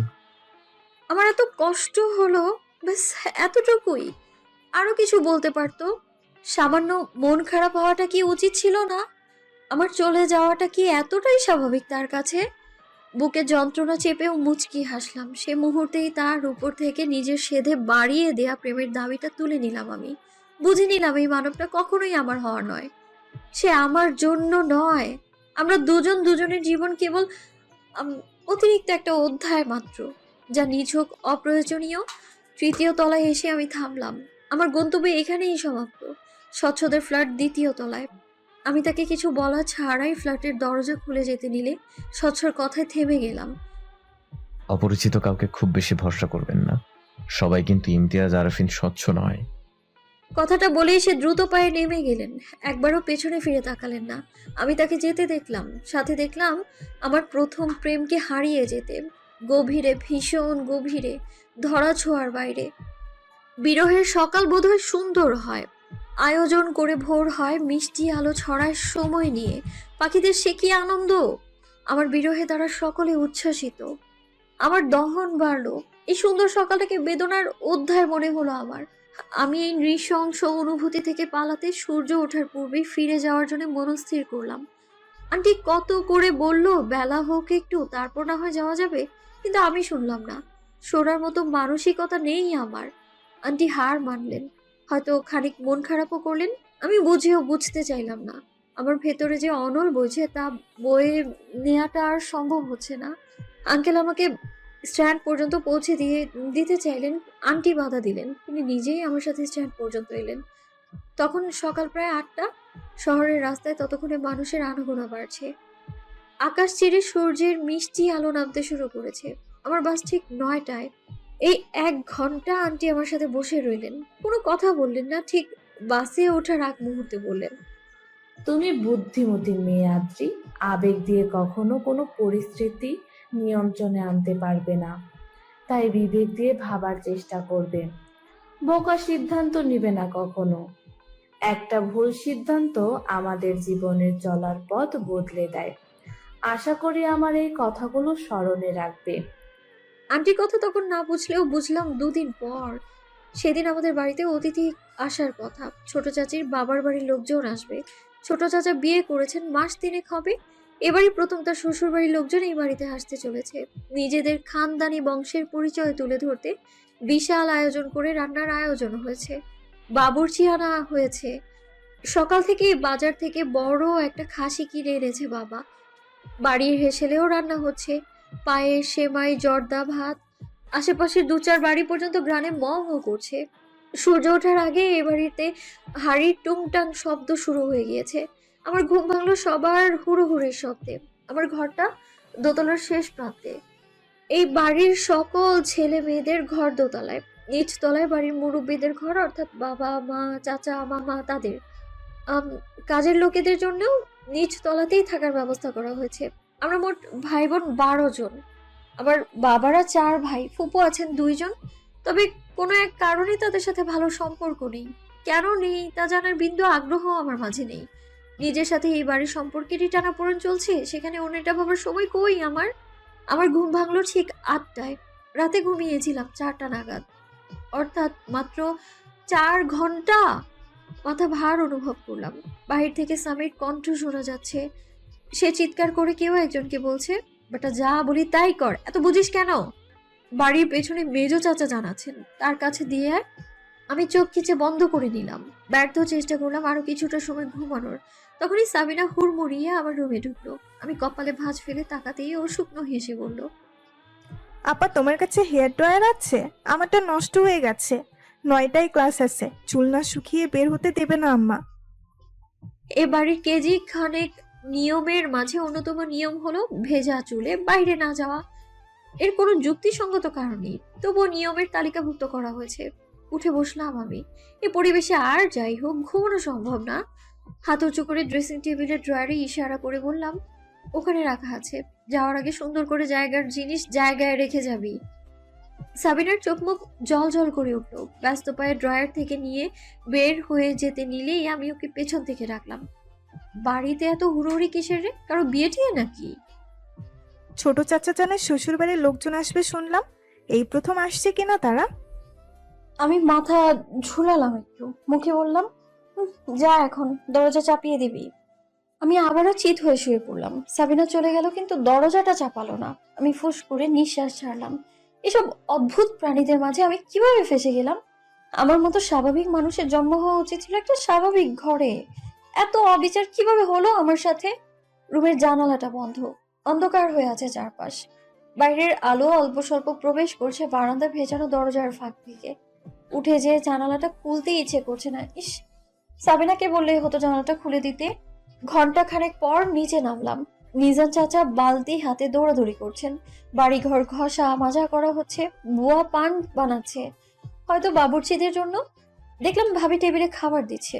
আমি চেয়ার টেনে বসতে বসতে বললাম, সে কি, এখনো কেউ নাস্তা করেনি? ভাবি প্লেটে লুচি তুলে দিয়ে বললেন, 2 টেবিলের নাস্তা শেষ হয়েছে, এটা 3য় টেবিল। তুমি মা আর বড় চাচিমা বাকি আছো, বাকি সবাই খেয়ে নিয়েছে। আমি তো বাপুর লুচি ভাজতে ভাজতেই খেয়ে নিয়েছি, নয়তো ঘ্রাণে পরে আর খাওয়ার রুচিই থাকে না।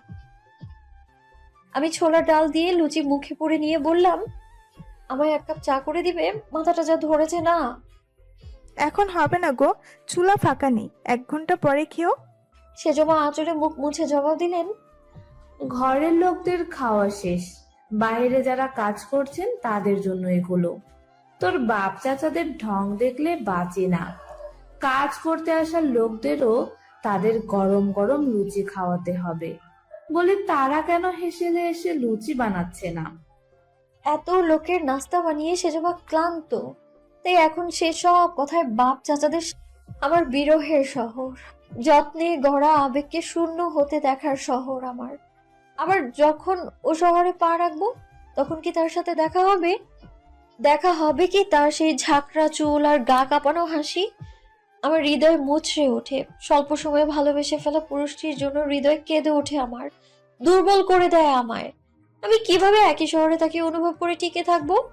আমার চোখ থেকে জল গড়ায়, গলা গাল ভিজে যায় আমার। কেবল আমার হৃদয়টা শুকিয়ে জলের জন্য ছটফট করতে থাকে। আমার প্রেম।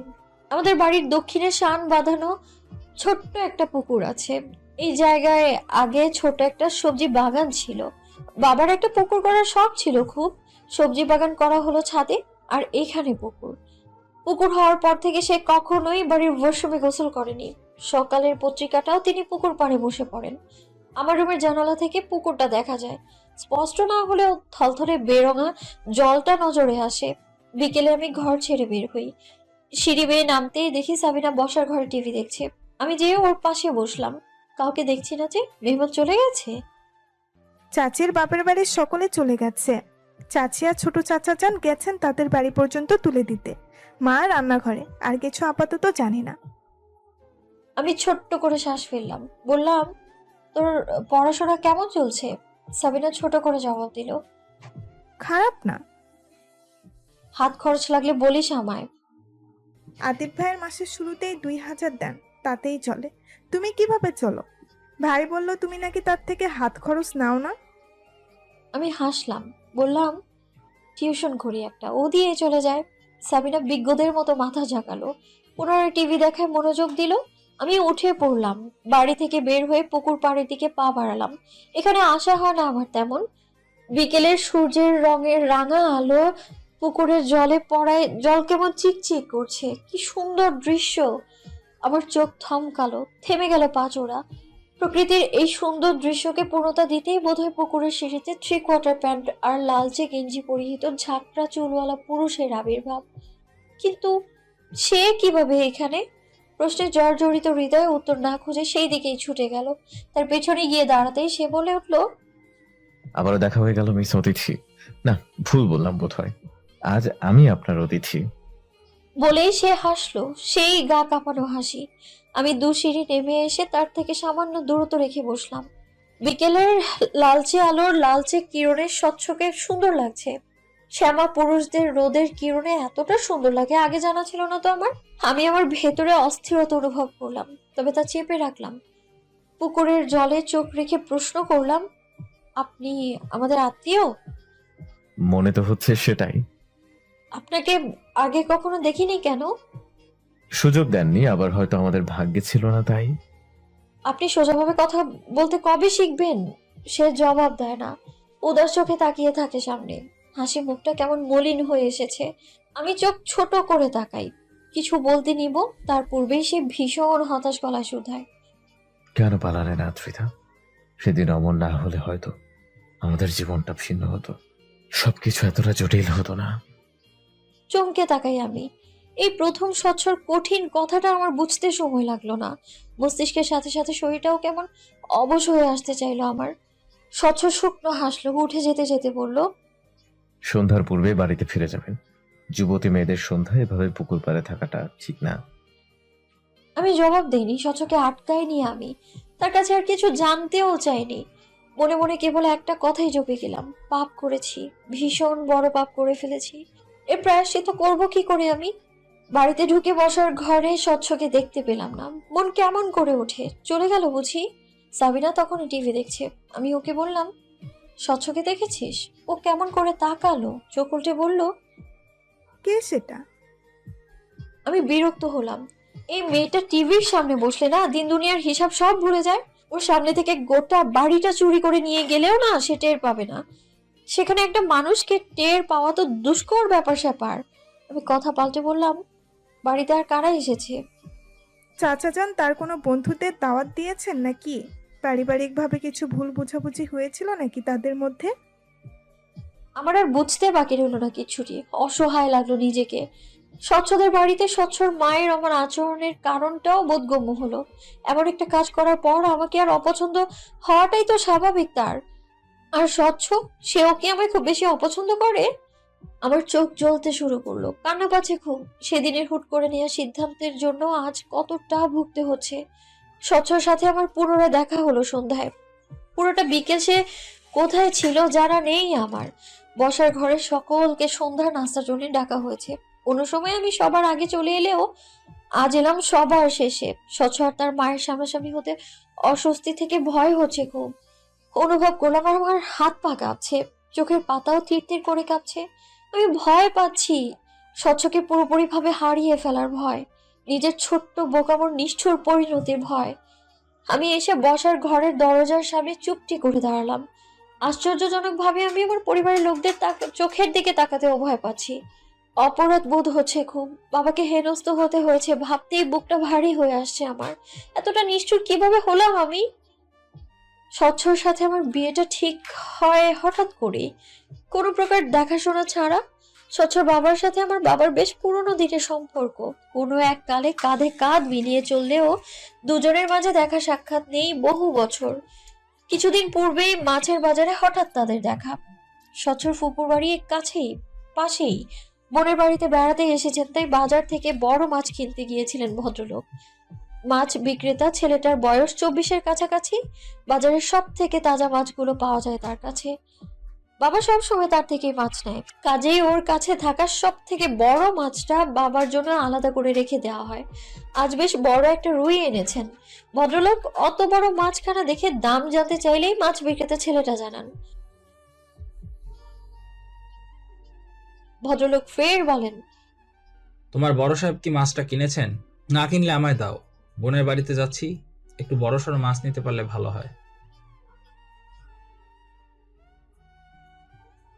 ভদ্রলোক অপমান বোধ করেন। ঘুরে চলে যেতে নিলে বাবার সাথে দেখা।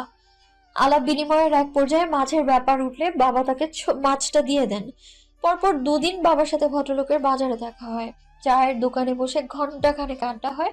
আমাদের বাসায় দাওয়াত করলে ভদ্রলোক জানান অন্য কখনো আসবেন তিনি। তার অফিসের কাজে আজই ফিরতে হবে তাকে। বাবা কিছুটা দুঃখ পায়, এতদিনের পুরনো বন্ধুকে পেয়েও একবেলা খাওয়াতে পারলো না, ব্যাপারটা দুঃখজনক। বাড়িতে খাওয়াতে না পারলেও বাবার জোরাজোরিতে বাজারের একটা হোটেলে সকালের নাস্তা করলো দুজন। কথায় কথায় পরিবারের কথাও উঠলো। স্বচ্ছর বয়স হয়ে যাচ্ছে, বিয়ে শাদী করানো প্রয়োজন। বাবাও তখন চট করে আমার কথা বলে ফেললেন। মোটামুটি দুজনে নিজেদের মধ্যেই সিদ্ধান্ত নিয়েছিলেন, কেবল পরিবারের সদস্যদের সিদ্ধান্তের অপেক্ষা ছিল। বড় চাচা মারা যাওয়ার পর থেকে যেহেতু বাবাই আমাদের বংশের মাথা, সেহেতু তিনি কারো পরামর্শ নেওয়ার থেকে নিজের মতামত জানানোটাকেই বেশি প্রাধান্য দিলেন। বাড়ির পরিবেশ তখন থমথমে। আমি কোনো কথা ছাড়াই নিজের রুমে ফিরে গেলাম। বিয়ে নিয়ে টু শব্দ পর্যন্ত করলাম না। হিসাব নিকেশ করে 3 দিন পর মামার সাহায্যে বাড়ি ছাড়লাম আমি। কিন্তু সেদিন স্বচ্ছ রাজশাহী থেকে এসেছিল আমার সাথে দেখা করতে। গুরুজনদের মতামতে সে বিশ্বাসী নন। সে নিজ থেকে বিয়ের বিষয়ে আমার সাথে সামনাসামনি আলোচনা করার সিদ্ধান্ত নিয়েছিল। এই কথা আমার বাবা ছাড়া কোনো কেউ জানতো না। কিন্তু স্বচ্ছর কষ্ট করে আমাদের বাড়ি পর্যন্ত আসতে হলো না, স্টেশনেই আমার সাথে দেখা হয়ে গেল। ততক্ষণে বাড়িতেও জানাজানি হয়ে গেল আমার পালানোর কথা। স্টেশনে এক দেখাতে স্বচ্ছ আমাকে চিনে ফেলার কারণ একটাই, তাকে আমার ছবি দেখানো হয়েছিল, 1খানা নয় 5খানা। বর্তমানে স্বচ্ছ বাবাকে এই প্রথম দেখলাম আমি। চেহারার গড়ন পুরোটাই স্বচ্ছ তার বাবার থেকে পেয়েছেন। স্বচ্ছর একটা বোন আছেন, আমি স্নিগ্ধা। বয়সের দিক থেকে হিসেব করলে আমার ছোট হবে সে। ওদের বাড়িতে যখন গিয়েছিলাম তখন দেখা হয়নি আমাদের। এটা মিষ্টি, চেহারার ধরন অনেকটা স্বচ্ছর মায়ের মতো, গায়ের রংটাও তার মতোই। মেয়েটা 2-1 পলক আমায় দেখে চোখ ফিরিয়ে নিল। অস্বস্তি হলো আমার। পছন্দ হয়নি নাকি? বলেছিলাম কিছু ভুল বুঝাবুঝি হয়ে গেল মাঝখানে, এখন সেটা নিজেদের মধ্যে গুছিয়ে নেওয়া ভালো। কি বলিস ইমতিয়াজ?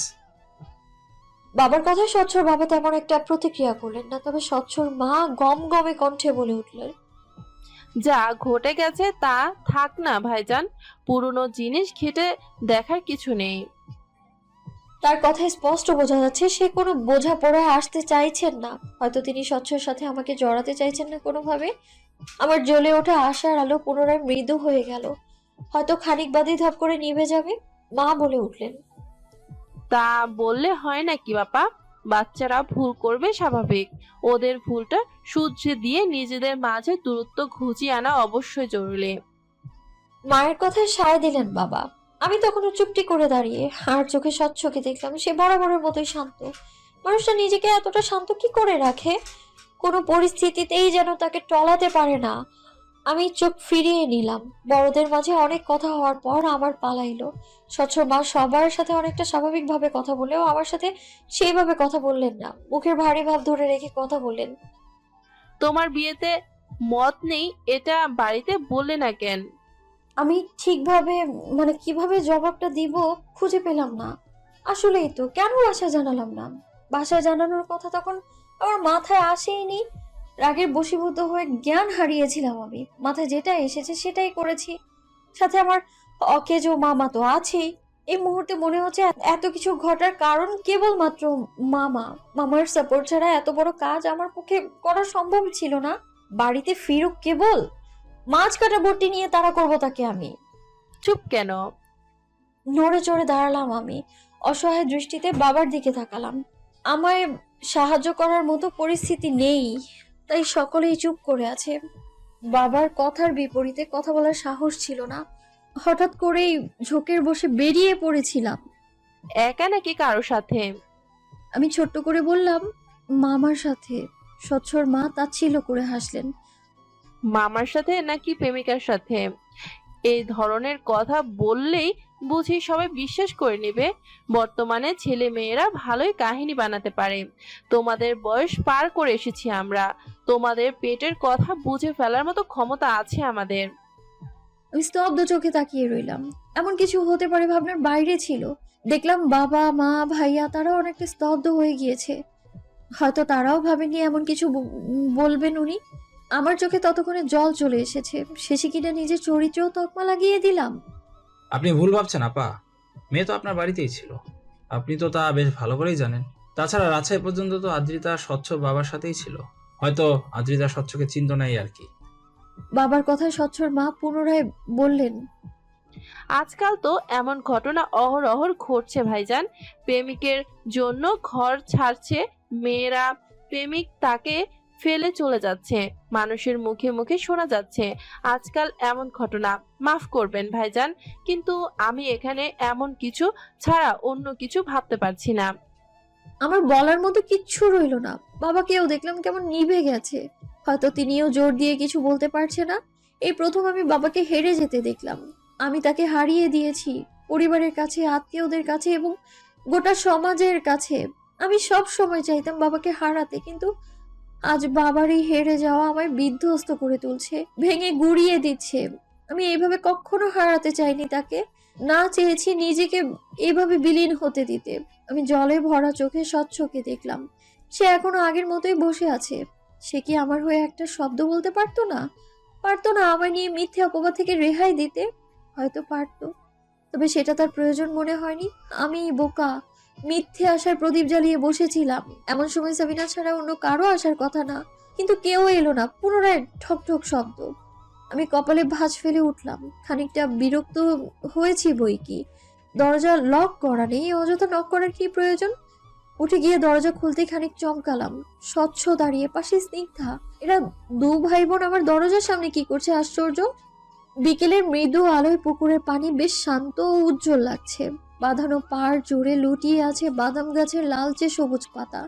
রোজ নিয়ম করে ঝাড় দেওয়ার পরেও তাদের খুঁজে পাওয়া যায় শান্ত পুকুরের জলে এবং তার পাড়ে। গতকাল মায়ের আচরণের জন্য দুঃখিত। স্বচ্ছর কথায় মৃদু হাসলাম। দৃষ্টি স্থির রেখে লঘু গলায় বললাম, এটা বলতেই ডেকেছেন বুঝি? ঠিক তা নয়। তাহলে? স্নিগ্ধা আপনার সাথে পরিচিত হতে চেয়েছিল। তাছাড়া আমি সত্যি মায়ের আচরণের জন্য সরি ফিল করছিলাম। কথা বলে যদি সবটা ক্লিয়ার করা যেত। আমি মাথা ঘুরিয়ে পাশ ফিরলাম। জড়সড় হয়ে মেয়েটা স্বচ্ছর পাশ ঘেঁষে দাঁড়িয়ে আছে। চোখের দৃষ্টি এলোমেলো। মেয়েটা নিশ্চিত কারোর সাথে সহজভাবে মিশতে পারে না। পরিস্থিতি ভিন্ন হলে হয়তো আমি নিজেই ওর হাত টেনে পাশে বসিয়ে গল্প জুড়ে দিতাম, কিন্তু এখন সেসব কেবল দিবা স্বপ্ন। আমাদের মাঝে বিশাল এক পাহাড় তৈরি হয়েছে, যা পার হওয়া সম্ভব নয়। আমার পরিচয় দেওয়ার নতুন কিছুই নেই। আপনার মা গতকাল যা বলেছেন তো যথেষ্ট আমায় জানতে। আমার এমন কথায় স্বচ্ছ খানিক রাগলো বোধ হয়। তার শীতল চোখগুলো কেমন কঠিন হয়ে উঠলো, গলার স্বরও খানিকটা কঠিন হলো। মায়ের আচরণের জন্য দুঃখিত আদ্রিতা। সবসময় সব কথা আঁকড়ে ধরে বসে থাকলে চলে না, কিছু সময় তা যেতে দিতে হয়। আশা করছি আপনি সেসব ভুলে যাবেন। আমার এত হাসি পেল। আমার এতটা অপমান করার পর বলছে সেসব ভুলে যেতে। এটাই কি সেই স্বচ্ছ যার প্রতিটা কথা আমি নতুন ভাবে আকৃষ্ট হতাম? এটাই কি সে যাকে আমি অন্য 10টা পুরুষের থেকে ভিন্নভাবে আবিষ্কার করেছিলাম? আমার আবিষ্কার করা সেই অতুলনীয় মানব পুরুষটির সাথে এই পুরুষটির কোনো মিল পেলাম না। একই দেহে যেন দুটো সত্তা খুঁজে পেলাম আমি, যার একজন অতুলনীয় ব্যক্তিত্বের অধিকারী আর অন্যজন মায়ের হাতের ছোট্ট পুতুল। আমি বড় করে শ্বাস ফেলে ঘুরে দাঁড়ালাম। মুচকি হেসে বললাম, আমায় মনে রেখেছেন তার জন্য ধন্যবাদ। গতকালের পর আপনার দেখা পাবো আমি ভাবিনি। এখন যাওয়া যাক, মা নাস্তা রেডি করেছে আপনাদের জন্য। কথা শেষ করে দুপায়ে এগোতেই পেছন থেকে স্বচ্ছ বলে উঠল, পালিয়ে যাচ্ছেন? আমি হাসি মুখে জবাব দিলাম, কোনো অন্যায় করিনি আমি, তাই পালানোর প্রশ্নই আসছে না। আমি আপনায় এড়িয়ে যেতে চাইছি। আমি এভাবে বলবো তা হয়তো স্বচ্ছ বুঝতে পারিনি, কাজেই কিছুটা হেনস্থ হলো বলে মনে হলো আমার। আর যাই হোক, ছোট বোনের সামনে কোনো মেয়ে এভাবে বললে সম্মানে আঘাত আসবে, এটাই স্বাভাবিক। বসার ঘরে আসতেই দেখলাম স্বচ্ছর বাবা মা দুজনেই সেখানে। আমার পিছু পিছু স্বচ্ছ স্নিগ্ধাকে দেখে স্বচ্ছর মায়ের কপাল কুঁচকে এলো। বাবা আমায় বললেন। কোথায় গিয়েছিলে? আমি স্বাভাবিকভাবেই জবাব দিলাম, পুকুর পাড়ে। বাবা এবার স্বচ্ছর দিকে তাকিয়ে স্বচ্ছকে ইশারা করে বললেন, তোমরা? ওখানেই ছিলাম, আদ্রিতার সাথে কথা বলছিলাম। আমি নির্বিকার দাঁড়িয়ে রইলাম। স্বচ্ছকে দেখেও মনে হলো না সে খুব একটা চিন্তিত, তবে স্বচ্ছর মা চুপ থাকলেন না। তিনি চুপ থাকবেন এমনটাও আমি আশা করিনি অবশ্য। কাল সব ক্লিয়ার হয়ে যাওয়ার পর আর কি কথা তোমাদের? যা হয়েছে তা হয়েছে, ফের এমনটা যেন না হয়। আমি ভেবেছিলাম স্বচ্ছ হয়তো বাধ্য ছেলের মতো মাথা নাড়িয়ে বলবে, আচ্ছা তুমি যা বলবে, কিন্তু সে আমায় আশ্চর্য করে দিয়ে বলে উঠল, আদ্রিতার সাথে আমি কথা বলতে চাই ক্লিয়ারলি। অনেক কিছু ক্লিয়ার করার আছে। আজ চেয়েছিলাম, কিন্তু তিনি আমায় সময় দেননি।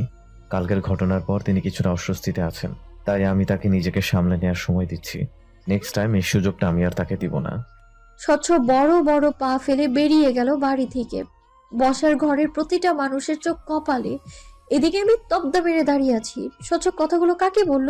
সে কি আমায় হুমকি দিয়ে গেল, তবে এতগুলো মানুষের সামনে?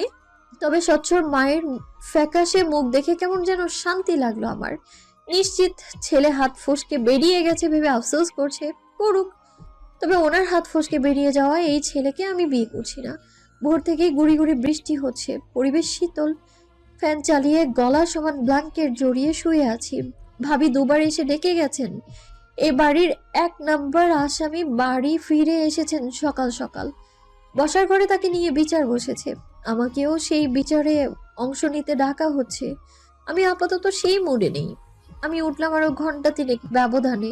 নিচে নেমে দেখি ততক্ষণে সকালে নাস্তা করা শেষ। বাবা বাজারের পথে গিয়েছেন, মা চাচিরা দুপুরে রান্নার তোড়জোড় করছে, ভাবি ভাইয়ার জন্য টিফিন গুছিয়ে দিচ্ছেন। স্বচ্ছরা ফিরে গেছে 2 দিন হলো। ফিরে যেয়ে আমার সাথে যোগাযোগের কোনো চেষ্টা করেনি স্বচ্ছ। আমিও সেসব নিয়ে খুব একটা ভাবছি না।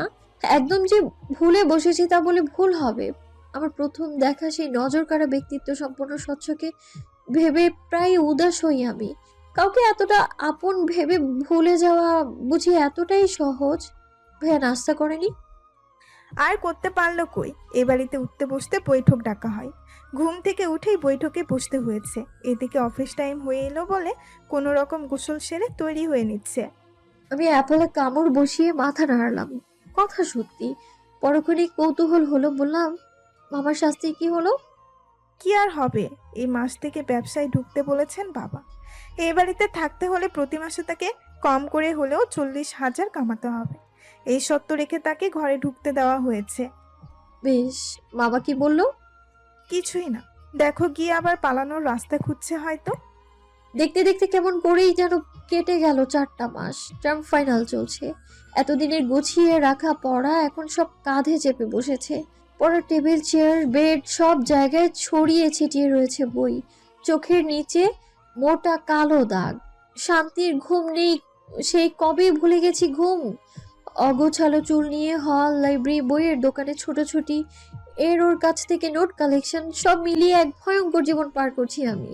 এর মাঝে যখন পরীক্ষার হলে প্রশ্ন দেখে চোখ বড় বড় হয়ে যায় আর অবচেতন মন বলে ওঠে, এগুলো আবার কি? সেই অনুভূতি তো বুঝিয়ে বলার মতো না। আমার এই বিভৎস দিনের এক বিভৎস সন্ধ্যায় হঠাৎ এক অপরিচিত নাম্বার থেকে কল এলো। হলে তখন বিদ্যুৎ নেই। চার্জার লাইটের আলোয় জোরপূর্বক বইয়ের পাতা উল্টাচ্ছি। আগামীকাল হিস্ট্রি এক্সাম। সিলেবাস ভীষণ লম্বা, হাতে সময় অল্প।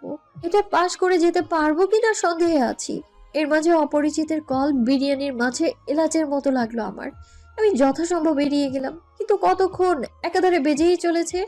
রুমমেট মেয়েটা ঘুম জড়ানো গলায় বলে উঠল, আদ্রি, কল ধরার হলে কল ধরো, নয়তো বালতির পানিতে চুবিয়ে রাখো মোবাইল। আমাকে ঘুমাতে দাও। রুমমেটের ঘুম নষ্ট না করতেই কলটা রিসিভ করলাম। ওপাশ থেকে আওয়াজ এলো না, যেন কলদাতা চাইছেন আলাপটা আমি শুরু করি। আশ্চর্য, আমি কেন তা করতে যাব? আমার জেদের কাছে হার মেনে নিয়ে কলদাতা নিজে থেকেই বলে উঠল, কেমন আছেন? হাই হ্যালো ব্যতীত সরাসরি কেমন আছেন প্রশ্ন করা ব্যক্তিটার কণ্ঠস্বর আমি চট করে ধরে ফেললাম। এত দিনে এই মানুষটাকে আমি প্রায় ভুলেই বসেছিলাম। জীবনের এত সমস্যার মধ্যে হৃদয়ে আটকে থাকা ব্যথাটা লঘু হয়ে এসেছিল। তবে আজ কেন আবার তাকে সাড়া দিতে হলো? আমি ভাবনাগুলোকে পাশে রেখে উত্তর করলাম, বেশ ভালো। আপনি? আমার এক মুহূর্তের জন্য মনে হলো লোকটা ব্যর্থ প্রেমিকদের মতো ভাঙা গলায় উত্তর দিবে, যেমনটা রেখেছেন। মনে মনে কড়া কিছু উত্তর সাজিয়ে রাখলাম। হৃদয় ভাঙা প্রেমিকদের মতো আচরণ করলেই তাকে ছাই মাটি দিয়ে ধুয়ে দিব একদম। কিন্তু মানুষটা সর্বদাই আমার চিন্তার থেকে কয়েক শত হাত দূরে দাঁড়িয়ে থাকে। তিনি আমার কথায় স্বল্প হাসলেন বোধ হয়, বেশ ঝরঝরে গলায় শুধালেন, যতটা আশা করেছিলাম তার থেকে অনেকটাই বেশি চমৎকার আছি। তার এই চমৎকার থাকার বিষয়টা আমার পছন্দ হলো না। পরীক্ষার পড়া অব্যাহত রেখে আমি নিশ্চয়ই তার চমৎকার থাকার কথা জানতে বসিনি, কিন্তু ভদ্রতা বজায় রাখতে মুচকি হেসে বললাম, বাহ বেশ। তো তো হঠাৎ কি মনে করে কল করলেন? 2 মাস যাবৎ দেশের বাইরে ছিলাম। ব্যস্ততার মাঝে 2-1 মিনিটের জন্য আপনি বিরক্ত করতে চাইনি, তাই আপনার সাথে যোগাযোগ করা হয়নি। আজ ফিরেছি দেশে, এখনো বাসায় পৌঁছাতে পারেনি। আপনার হল থেকে 4 মিনিটের পথ পার হলেই যে লাল সবুজ রঙের বাঁশের রেস্তোরাঁটা, ওখানে বসে আছি। দুপুরের খাবারটা খাওয়া হয়নি, এখন গরম ভাত আর গরুর মাংস খাবো। একা একা খেতে কেমন কেমন লাগছে, একজন সঙ্গী হলে খারাপ হয় না। তাই ভাবলাম আপনায় কল করি, যেহেতু নাগালের ভেতরেই আছেন। তার এমন কথায় কেমন প্রতিউত্তর করব ভেবে পেলাম না, তবে উপলব্ধি করলাম আমার কান ক্রমশ গরম হয়ে উঠছে, যেন যখন তখন রেলের ইঞ্জিন থেকে ধোঁয়া ছড়ার মতো ধোঁয়া ছড়াবে। একটা মানুষ কতটা ইডিয়েট হলে এমন কাজ করে? বিগত 4 মাস যোগাযোগ না করে আজ হঠাৎ করে কিনা গরম ভাত আর মাংস খেতে আহ্বান করছে। সিরিয়াসলি? আমি সবিনয়ে তার আহ্বান ফিরিয়ে দিলাম, কিন্তু তিনি তৎক্ষণাৎ বলে বসলেন, তাহলে পার্সেল নিয়ে আপনার হলের সামনে আসি। আপনি 2টো প্লেট আর 1 বোতল পানি নিয়ে নিচে আসেন। রাস্তার পাশে বসে না হয় একসাথে খাবো। ব্যাপারটা কিন্তু খারাপ হয় না। রাস্তায় চলতে থাকা যানবাহন আর হরেক রকমের মানুষ দেখতে দেখতে খাবার উপভোগ করা যাবে। আমি না হয় একটা শীতল পাটিও কিনে নিয়ে আসছি। আমি বাকরুদ্ধ, জবাব দিতে পারলাম না। তবে স্বচ্ছকে যতটুকু চিনি, এমন একটা কাণ্ড ঘটাতে তার পক্ষে অসম্ভব কিছুই না। দেখা গেল সত্যি সত্যি হলের সামনে এসে দারোয়ান কে বলে বসলো, মামা আদিত্যকে ডেকে দেন তো, আমরা আজ রাস্তার পাশে গরম ভাত আর গরুর মাংসের পার্টি করব। আমি ফুস করে নিঃশ্বাস ছাড়লাম, খুলে রাখা বইটা বন্ধ করে ছোট্ট করে জবাব দিলাম, আসছি। ঘড়ি কাটায় সন্ধ্যা 7টা। আমি আমার পরনের জামা পরিবর্তন না করে চুলগুলো হাত খোপা করে বেরিয়ে পড়লাম। পায়ে সবসময় পরার একজোড়া স্যান্ডেল। এই অবস্থায় যখন রেস্তোরাঁয় পৌঁছলাম তখন আমার চোখ আকাশে। আমি এইভাবে বের হয়েছিলাম স্বচ্ছকে হতাশ করতে, কিন্তু স্বচ্ছকে দেখে আমি নিজেই হতাশ। সাদা রঙের ফর্মাল শার্টের সাথে ট্রাউজার এবং পায়ে একজোড়া স্যান্ডেল, গলায় এখনো টাই ঝুলছে, পাশেই বিশাল লাগেজ। আমি থতমত খেয়ে তাকিয়ে আছি তার দিকে। আমায় দেখতে পেয়ে সে ঝলমলে হাসলো, বলল, মাত্রই চেঞ্জ করেছি। গেঞ্জিগুলো লাগেজের অনেক ভেতরে রাখা, তাই শার্টটা চেঞ্জ করতে পারিনি। আমি না চাইতেও ফিক করে হেসে ফেললাম। চেয়ার টেনে বসতেই তিনি বললেন, অনেক দেরি করে ফেলেন আদ্রিতা। ক্ষুধায় আমি সবকিছু অন্ধকার দেখছি। খাবার শেষ করে না হয় কথা বলবো, এখন খাবারে মনোযোগ দিন। আমি এই প্রথম অসময়ে ভাত খেলাম পেট ভরে। রেস্তোরাঁ থেকে বের হয়ে পায়ে হেঁটেই কাছের এক খোলামেলা পার্কে পৌঁছলাম। পার্কের চারপাশ ঘুরে ভিন্ন রকমের ভাজার দোকান, মানুষের ভিড়ও কম নয়, তাতে কিছুটা ফাঁকা জায়গা দেখে বসলাম আমরা। এখানে আসার পর স্বচ্ছ প্রথম যে কথাটা বললো তা হলো, চটপটের ঘ্রাণ পাচ্ছেন আদ্রিতা? আমার খুব ক্ষুধা পেয়ে যাচ্ছে। আমি নীরবে তার কথা এড়িয়ে গেলাম। লোকটা বড্ড চতুর, কথা বলার প্রসঙ্গ খুঁজতে এলোমেলো কথা বলছে। তার এই এলোমেলো কথার ফাঁদে তো পা বাড়াবো না আমি। আদ্রিতা, শুনছি। এখনো রেগে আছেন? আমি উত্তর করলাম না। স্বচ্ছ খানিক হাসলো। আমি প্রথম যেদিন আপনায় দেখলাম মনে হয়েছিল ফুলের ভেতর থেকে বেরিয়ে আসা এক স্বচ্ছ মানবী। আপনার এই রূপ না দেখলে হয়তো কখনো জানতেই পারতাম না সেই মানবীটা রাগতেও জানে। প্লেইং জোক করছেন আপনি স্বচ্ছ? সত্যি বলছি। বেশ, তবে এখন উঠছি, কাল এক্সাম আছে আমার। আমি উঠে দাঁড়ালাম। পা বাড়াতে নিলেই স্বচ্ছ বলে ওঠে, সেদিনের জন্য আমি খুবই দুঃখিত আদ্রিতা। মা কিছুটা মানসিকভাবে অসুস্থ। আসলে বড় ভাইয়া যেদিন বাড়ি ছেড়ে চলে গেল, ঠিক সেদিন থেকেই মা কেমন যেন বদলে গেল। আমায় সবসময় নিজের নজরে নজরে রাখতে শুরু করলো। আমার বাইরে পড়তে যাওয়াও হলো না। ঘরে ফিরতে সামান্য দেরি হলে ভাঙচুর শুরু করত, পাগলের মতো আচরণ করত। হয়তো ভাইয়ার মতো আমাকেও হারিয়ে ফেলার ভয় ঢুকে গেছে তার মনে। আমি যদি সেদিন আপনার হয়ে কথা বলতাম, মা মানসিকভাবে ভেঙে পড়তো। আমার আপনার উপর ভরসা ছিল আদ্রিতা। ভেবেছিলাম আপনায় বুঝিয়ে বললে বুঝবেন। আপনিও বুঝলেন না আমায়। আমায় নিজেকে একবার ক্লিয়ার করার সুযোগ অবধি দিলেন না। আপনার এত কঠিন রূপে দেখতে চাইনি আমি আদ্রিতা। অবাক হলাম আমি। সচ্ছর বড় ভাই আছে এই কথা আমি জানতাম না। আর কোথায় বা চলে গেছে? প্রশ্ন সরিয়ে রেখে আমি বললাম, আন্টি কেমন আছে এখন? মায়ের অবস্থা আগের থেকে অনেকটাই ভালো, কিন্তু মাঝে মাঝে এখনো পাগলামি করে। এই তো আমি বাইরে যাওয়ার আগেই কত পাগলামি করলো, কিন্তু পরে আবার স্বাভাবিক। নিজেই আমার লাগেজ গুছিয়ে দিল। আর ভাইয়া সে কোথায়? ভাইয়া বাড়ি ছেড়ে চলে গেছেন প্রায় 7 বছর। ভাইয়া লন্ডনে পড়াশোনা করত। ওখানে এক খ্রিস্টান মেয়েকে বিয়ে করে। দেশে এসেছিল হঠাৎ করে বউয়ের সাথে নিয়ে। বাবা মেনে নেননি। সেদিনই সম্পর্ক ছিন্ন করে যেভাবে এসেছিল সেভাবেই বেরিয়ে যায়।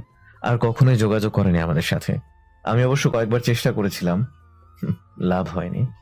স্বচ্ছর কণ্ঠে অসহায়ত্ব। আমি স্পষ্ট তার চোখে জল দেখতে পাচ্ছি।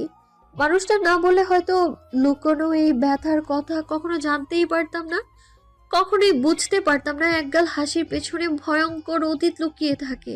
আমার কষ্ট হলো আন্টির জন্য। মা হয়ে কতটা ব্যথাই না সে সহ্য করেছে, এখনো হয়তো করছে। কখনো দেখা হলে মাফ চেয়ে নিব তার কাছে। আদ্রিতা, শুনছি। আপনি আরেকবার মায়ের সাথে দেখা করবেন প্লিজ। আমি মায়ের অমতে যে আপনাকে চাই না, আপনাকে ছাড়া অন্য কাউকেও চাই না, আর না চাই অন্য কাউকে আপনাই দিতে। বুঝতে পারছেন আদ্রিতা, আমি ঠিক এই কথাটাই বলতে চেয়েছি আপনাকে। মনে হলো স্বচ্ছর গলা কাঁপছে। সেও কি ভয় পাচ্ছে? কিসের ভয়? আমাকে হারানোর?